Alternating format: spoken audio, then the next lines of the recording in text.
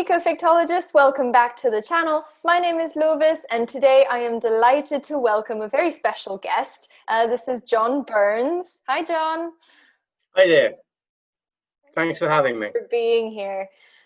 John is a self-proclaimed outdoor storyteller and is the author of Skydance, which I reviewed last week. If you haven't seen it yet, go check it out. I enjoyed reading it so much, and I've been so excited to talk to you ever since. So thank you again. Great. Okay, looking forward to it. And last week you told me you had some exciting news about Skydance. Do you want to share that with us? Yes. I'm very flattered to say that Skydance is now a finalist at the Banff Mountain Film and Book Festival in Canada, which is like, to be honest, it's kind of the Oscars of outdoor writing. That's amazing. Congratulations. Yeah, it's great. I mean, I'm quite surprised in a way because, as you know, there's quite a lot of humour in Skydance, and it's very much about the Highlands. But I didn't think it would travel the Atlantic very well, but it seems to have done. Well, I think it travels very well. I can imagine it appealing to many different audiences. I think that's something that it does really well. Certainly hope so. So yeah, so what happens now? You said it's a finalist. How long does it take to? I think they make the final choice in November. Oh, okay. So we'll know in November. But I'm not that bothered about winning, to be honest. Being a finalist is good enough for me. Okay. Well, I'll keep my fingers crossed for you anyway. Thank you. For the viewers who missed the review last week or are new to the channel, do you want to give us a brief, preferably spoiler-free summary of what Skydance is all about? Yeah, Skydance is a comic novel at its heart, and it's set in the Highlands of Scotland, and it really follows the adventures of two hill walkers and climbers who go into the Highlands, into the mountains of Scotland, and they stay in bothies, rudimentary shelters that we have here, and they gradually become aware of the kind of real damage that's been done to our highland environment, and they decide to take up the cause of rewilding the links, and they have a lot of adventures. And if I said any more, it would spoil it. So I think we'll leave it there. And you are yourself part of the hill walker community. I'm sure a lot of your own love for the Highlands is reflected in the book. You did a podcast episode where you kind of introduced Skydance and talked about your motivations for writing it. And there you mentioned how much the Highlands have changed over the years that you've been walking through them. Can you give us an idea of some of those changes, what you've been seeing? Well, it's I guess the truth, to be honest, is that the Highlands haven't changed that much, in the sense that they are very much as they were when I began hill walking.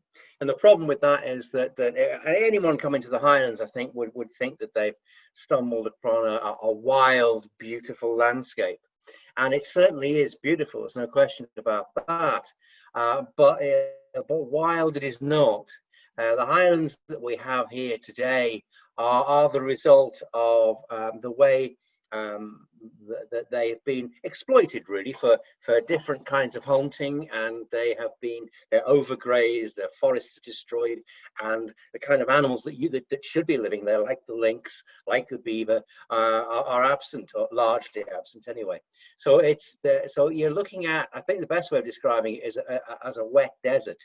The Highlands are in fact a green desert, and what I wanted to do through Skydance really was, there are a lot of very good, very well written, very knowledgeable books, much more knowledgeable than my books, written about the process of rewilding and the kind of environment that we could have in the Highlands, but they tend to be very academic. And I wanted to write a book really that would speak to the average hill walker, the guy in the street or the guy on the hill or whatever, the guy sitting in the bothy, and would bring to them an awareness of the kind of issues that there are around. And yeah, rewilding is a big plot point in Skydance. Some people might not know what that might look like to rewild the Highlands. What they were you know, what they looked like originally, or what the aim Well, is that's a big question. rewild? Well, okay. One of the issues, there's a lot of issues about the way land has been managed. And basically, over the last 300 years, we've had a culture in the Highlands, really, that promoted the Highlands as a place to hunt deer, and as a place that you could shoot grouse. Both those practices have led to the fact that large areas, vast areas in Scotland, we're talking the Highlands, people don't realize how big the Highlands are. The Highlands themselves are the size of Belgium. It's a big place, and 90% of that is pretty desolate, and it's desolate because it's been overgrazed. The forests that we haven't been able to regenerate. So what you have is a very, very high population of red deer that was used for what we call stalking, and there are large areas of grouse moor. That's areas that are kept as moors for shooting red grouse, which is again an artificial setup. So I think a lot of people now begin to question, well, you know, why do we have to have this desolate landscape?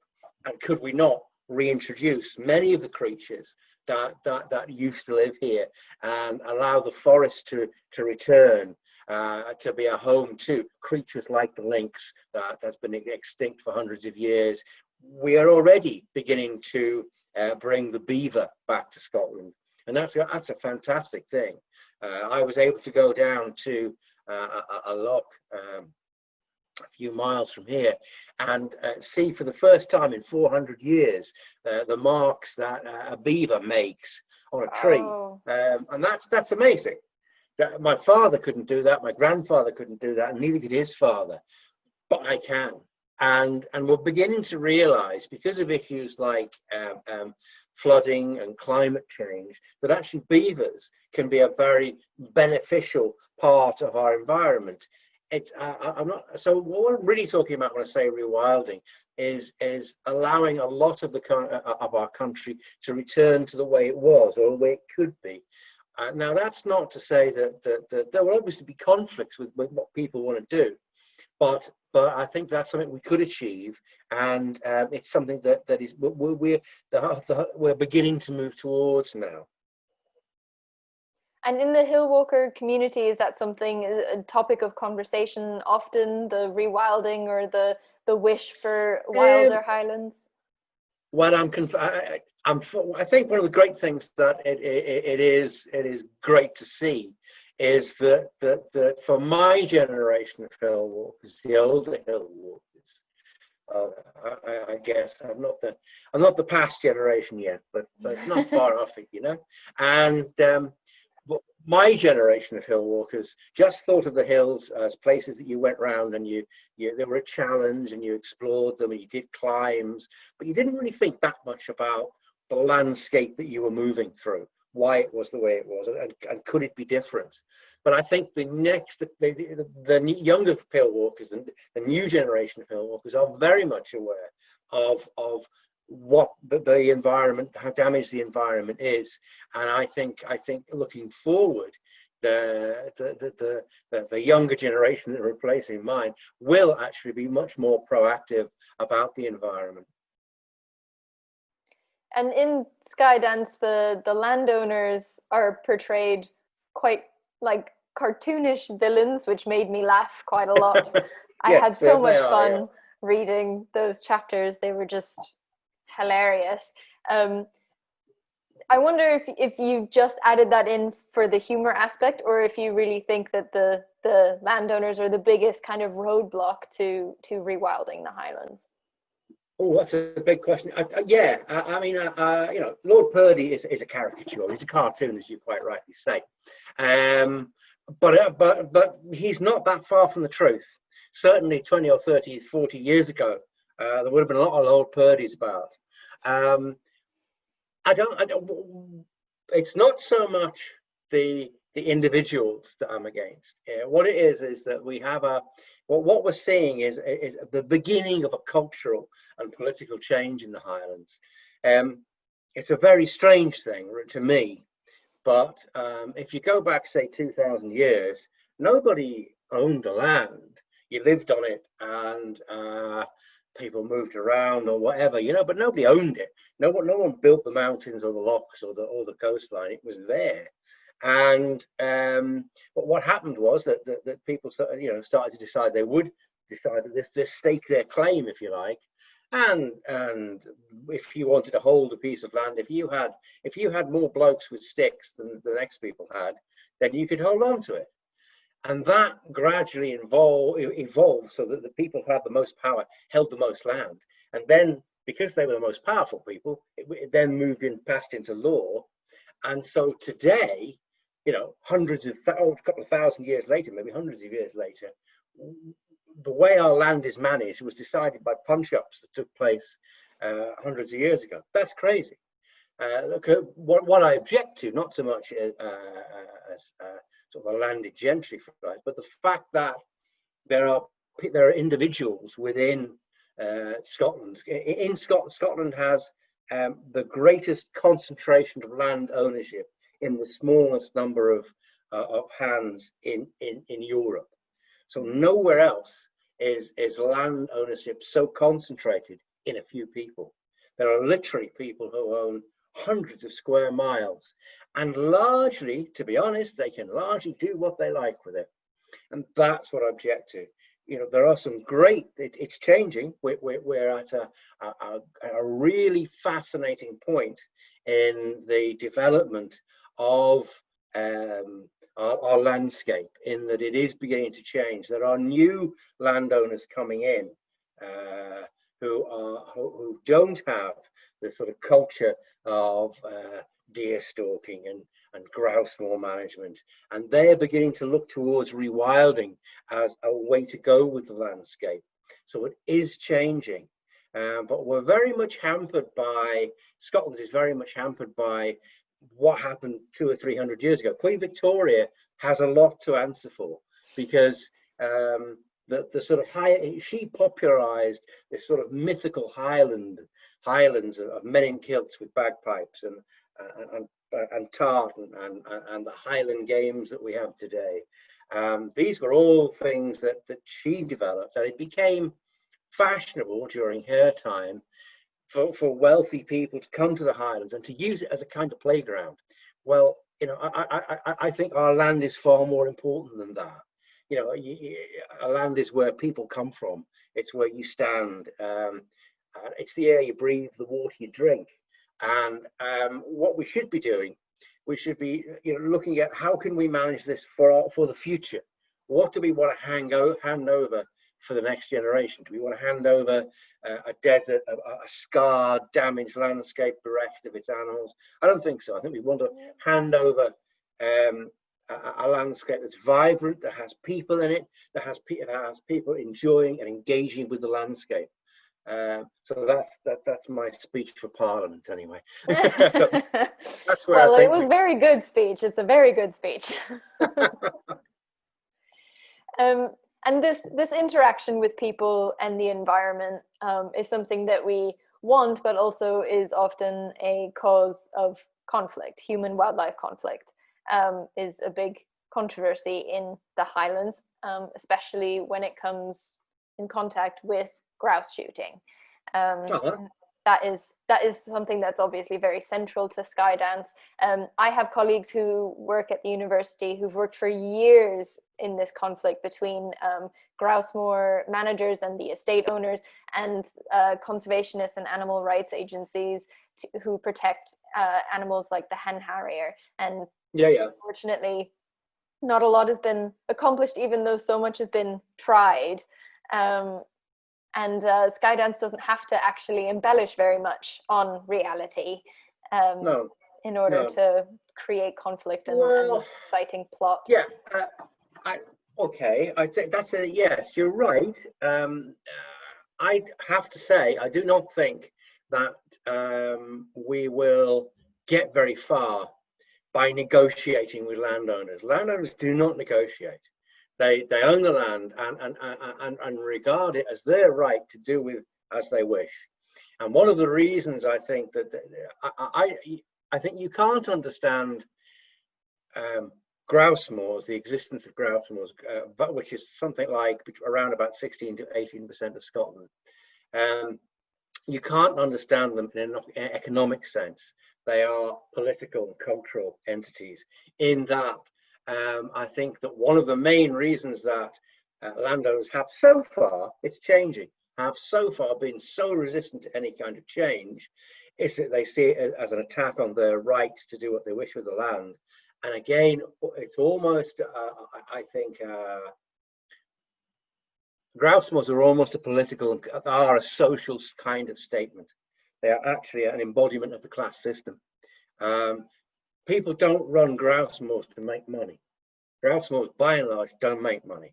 They mainly lose money and are subsidized by the state. The great dilemma, the great irony is that they run these grouse moors, won't let us change it, and it's you and me that pays for a lot of it, you know.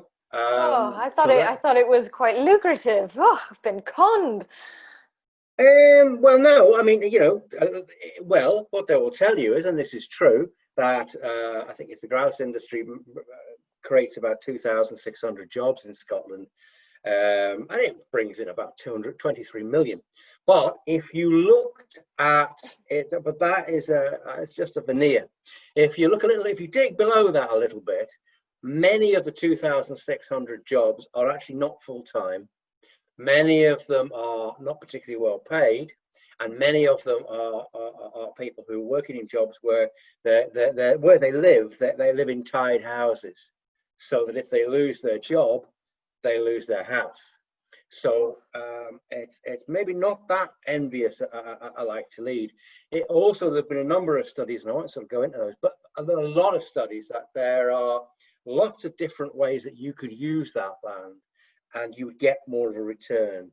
For example, even commercial forestry, I'm not advocating commercial forestry, but even in commercial forestry, if you took that same land and worked on it to use as a place to grow trees, it would bring in a lot more money and create a lot more jobs.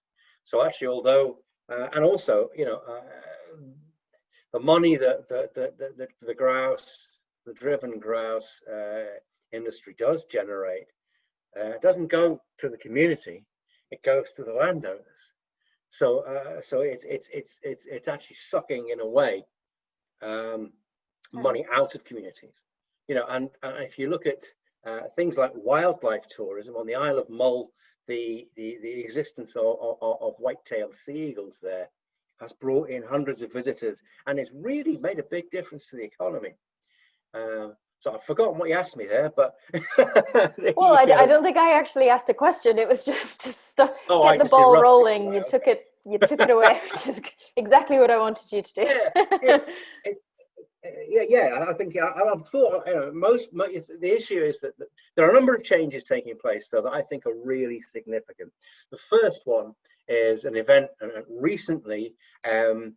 The driven grouse industry has been responsible for killing literally thousands and thousands of mountain hares every year, and the mountain hare population is 1% of what it used to be 50 years ago.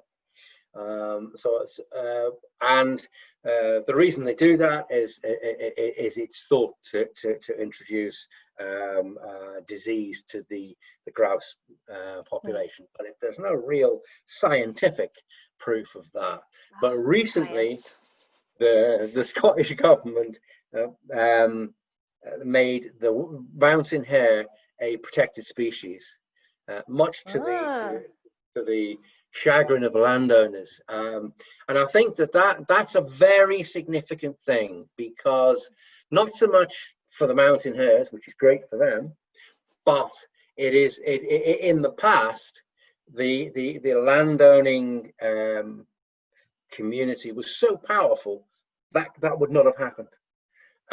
So that's the first. I think that's the first nail in the coffin of driven grouse shooting. And another significant thing is that obviously Scottish estates, sporting estates or whatever, come on the market. People sell them, and if you've got 7 or 8 million, you can own one. But what's happened recently, there's been a trend over the last couple of years that Scottish estates that have been run along traditional lines, that is for stalking and driven grouse shooting, have been difficult to sell.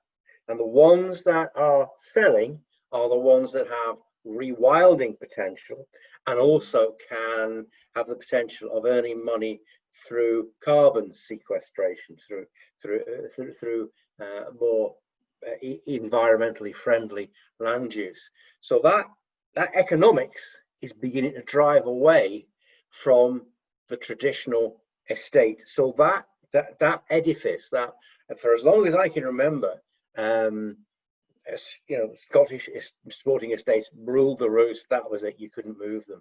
But it is beginning to change. We've even seen things like the reintroduction of the beaver, which is the first mammal to be reintroduced into the Highlands. As I said, I mentioned, I can go to places where they live now, and that again is a significant thing, because the beavers were reintroduced partly by agreement and partly by sort of guerrilla action, in that some people essentially released beavers, and once they got established, and there will be I can understand this, there will be conflict between beaver populations and agricultural communities, because beavers like to build dams and flood landscape, and people like to farm that same landscape.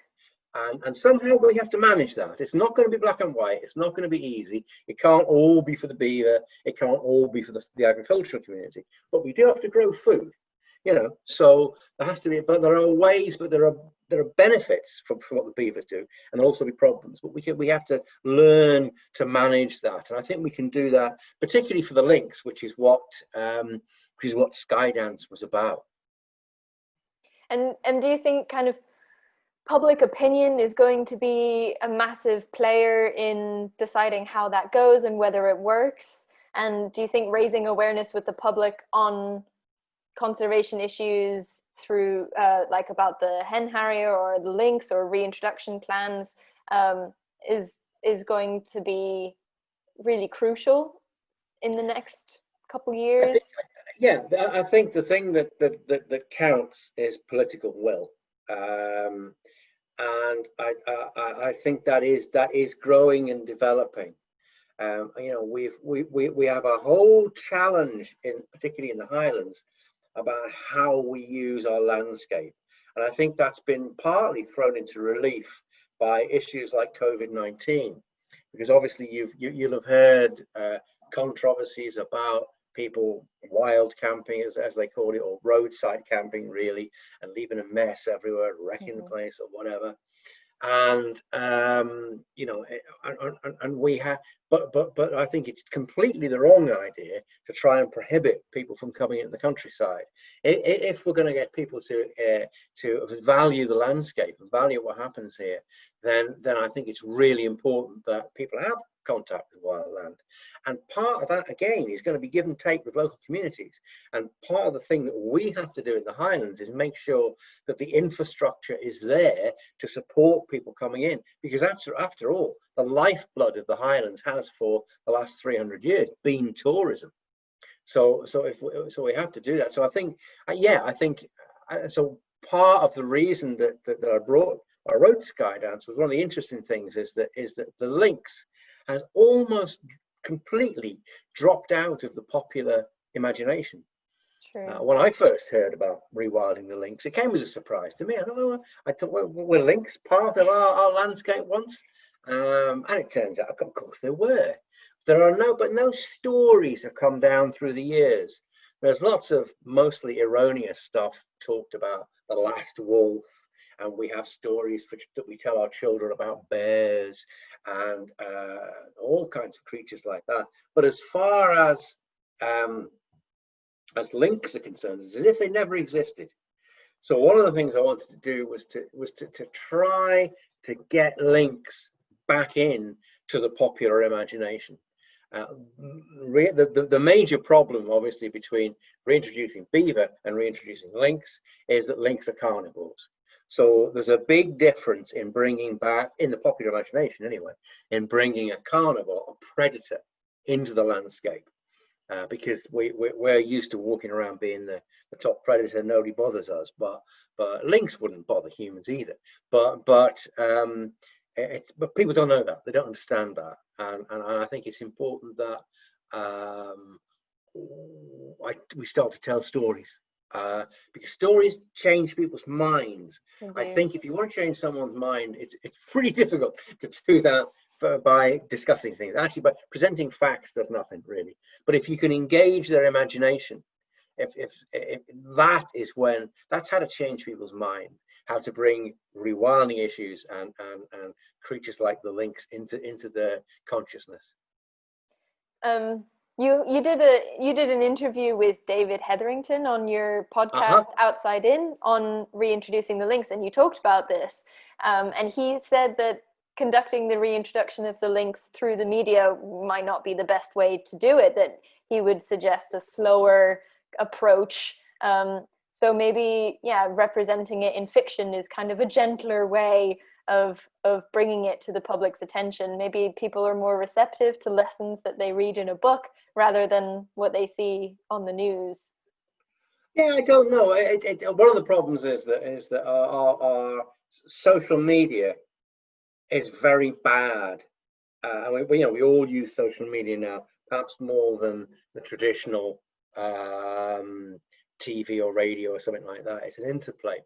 But the problem with social media is that it's very, very bad at presenting complex and multi-layered arguments. What it tends to do is polarize people and end up as a shouting shop.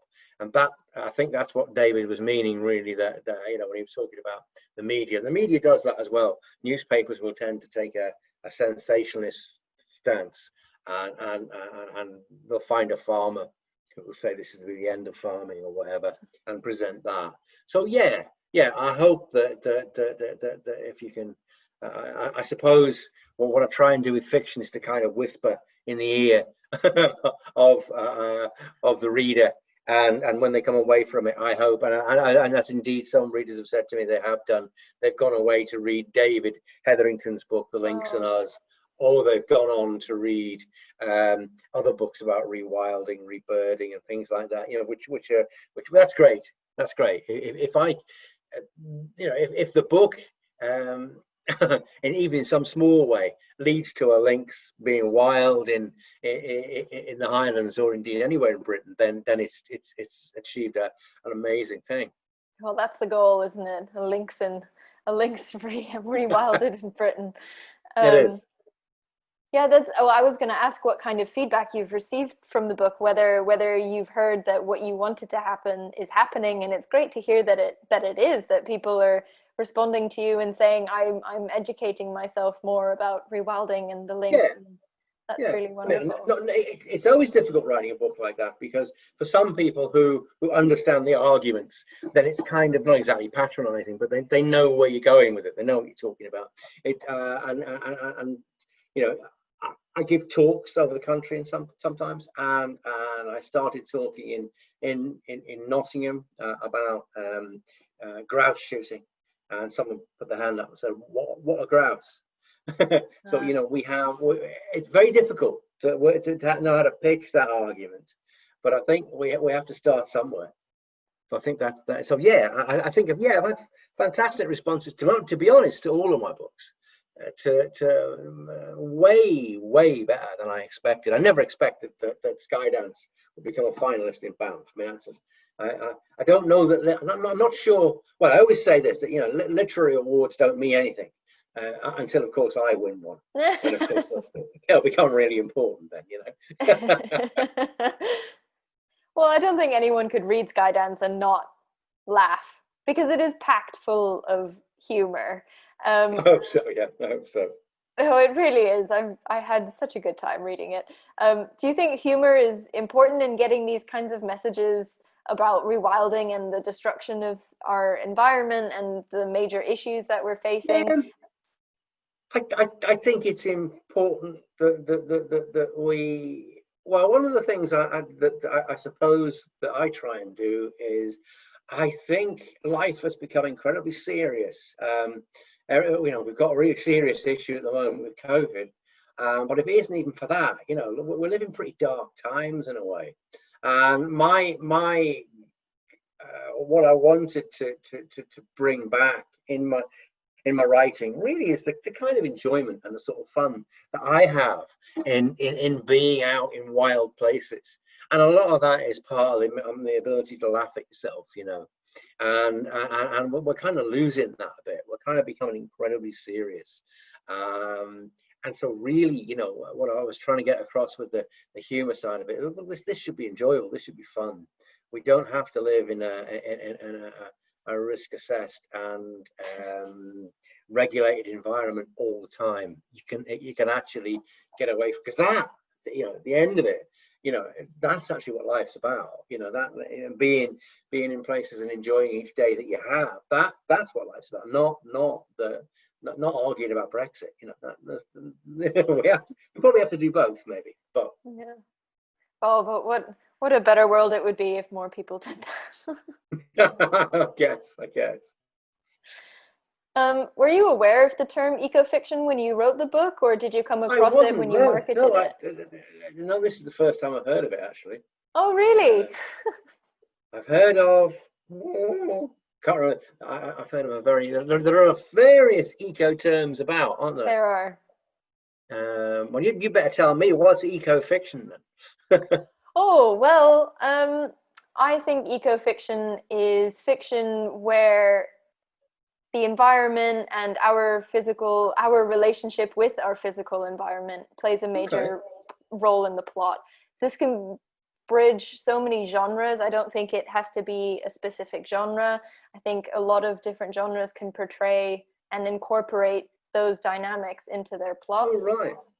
But I think if the reader comes away thinking about an environmental aspect of the book, then I think that makes it ecofiction. Oh, right. So unconsciously, I've written ecofiction. Oh, you've written a very ecofiction book.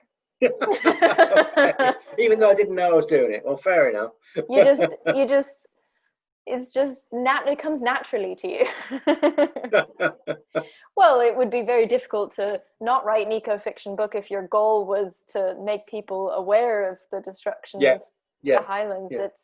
Sorry, I'm just thinking it's an interesting point, that, because there is, in a way, if you like, I suppose, anti-ecofiction out there as well, because an awful lot of the myths and legends that are still told actually in the Highlands about creatures like wolves paint them as very dangerous, destructive creatures, and really do damage the potential for wolves to be rewilded. If you talk to the average Joe Soap in the street, he's going to think a wolf is a pretty dangerous animal. They're going to be concerned about that. So actually, we do need ecofiction to perhaps bring a bit of reality and a balance into the view that many people have of a wilder environment. That's a very good point. It's got my wheels turning. Whether I need to do some. I haven't made you think, have I? Oh dear. You've made me think. Anti-ecofiction. That's good. It's healthy. I need to. I think I'm gonna think about anti-ecofiction. Maybe I can do a bit of research on that. That'd be fun. There's loads of it. There is loads of it. That's true. Jaws. Hi. It's responsible for so much fear of sharks, and absolutely, it makes me so angry. Absolutely. Yeah. Well, the whole, well, I think it's also it's almost more pervasive than that, in that there is I think there is a much more of a feeling today that wilder places have an inherent danger about them, and that we need to be we certainly do need to be careful, but that it's something that very few people are prepared to venture into alone. One of the things that I've noticed, how things, you asked me how things have changed. One of the things I have noticed is that from when I began going to the hills about 40 years ago now, one of the changes is that I see a lot more people going with guides, with people who are experts and lead them in the terrain. Whereas that was something that didn't happen in the British countryside, in the British hills at all, really, until relatively recently. And I think that's part of people's concern or risk aversion. We've changed a lot of things. You know, we've gained some things and we've lost some things. There used to be, when I got into climbing, there was really I think perhaps a far stronger climbing community than there is now. There's a lot of people taking up rock climbing now because of indoor climbing walls, and that's great. But there's been quite a dramatic decline in the number of mountaineering clubs, the communities that sort of existed around that. So things have changed quite a lot, not always for the better, you know. Okay, so maybe some of the disconnect that we're seeing between people and nature is to do also with the fact that we're a bit more afraid of it now than we were. I think that's right. I mean, I'm quite comfortable going into a remote bothy and spending the night in a bothy. And there may not be another human being within 10 or 15 miles of me. That doesn't really worry me. I'm comfortable with that. And a lot of people wouldn't be. Possibly in case they met someone like me. But you know, that could be something to do with it. I don't know. The publisher of the book, Vertebrate Publishing, focuses on books that inspire adventure, right? And did you seek them out, or did you have an agent that pitched to them? Oh, right. No, no. Actually, what happened was, I initially, this is what's happening a lot in publishing these days. I initially self-published my first two books, The Last Hill Walker, yes, and Bothy Tales. And much to my amazement, they got to the top of it. They became bestsellers in their genre. And I think publishers tend to hover like hawks over Amazon, you know. And you know, what Vertebrate, John Barton, the managing director of Vertebrate, spotted my books, and came along and started to talk to me and said, "Oh, well, maybe you might like to consider becoming, you know, part of a traditional publishing deal, and we can help promote your books to bookshops and get you a wider readership." And I said, at the time I was writing Skydance, so I said, actually, yeah, I'd be interested in that. But also, I've got this third book. Would you be interested in that? And so he took that on, and then he started pestering me for a fourth book. So I'm writing that at the moment. Oh, exciting! I know. Well, it's nearly finished. Oh. It's called Wild Winter. My fourth book is called Wild Winter, and it's interesting. I set out to write a diary, in a way, of the natural winter in the Highlands, of my explorations in the Highlands, of going out to watch the rutting stags and to see beaver and wildcat and pine marten and all these creatures. A lot of these creatures I've heard of, but if you try and go and see them, they're pretty hard to see a lot of the time. So I did that, and my winter was going to start in October, which is with the stags rutting and mating, and then finish actually in May, which is when the fawns that were conceived in October are born. But COVID had different ideas from that. Different ideas. So it's been a journey, like all those books are. It's been great in the end, but it was not quite the journey I set out. But one of the things that it made me think a lot about, because I was cut off from the outside world, was what our relationship is like with the outside world. So that prevented me from engaging with it. And in some ways, some of the issues that we've talked about today are brought out perhaps in a more open way in Wild Winter. So it's very much a successor to my other books, really. Interesting. And that's another non-fiction book like The Last Hill Walker and That's a Gothic Tales. non-fiction book, like The Last Hill Walker. That's right. That's right. And you've touched on this a little bit, but what made you switch to fiction for Skydance when you'd already had two successful non-fiction books? Well, basically, The Last Hill Walker was my, if you like, a memoir of my time in the hills, my times I've nearly been killed and all that sort of stuff, you know. And Bothy Tales was lots of bits of stories that I heard about or I thought about that kind of couldn't fit in with Last Hill Walker, but I still had them there, you know. And in order to write a book like The Last Hill Walker, that'd be pretty tricky. You know, you'd have to. There's only a certain number of times you can almost be killed in the hills to make it interesting for your readers. So I decided that I wanted to get into fiction, to talk about the kind of things that I wanted to talk about, and so started and so went into Skydance. And fiction allows you to move in different directions, and of course you can't. There's only a certain amount you can do, so it's very difficult to keep writing books about walks you've done or climbs you've done. A lot of outdoor authors have this problem that you get to a stage where, you know, there's only a certain amount you can write. So I wanted to move off in a different direction, which Skydance certainly did, and Wild Winter has really allowed me to sort of fill in the gap between the end of The Last Hill Walker in a way and where I am now.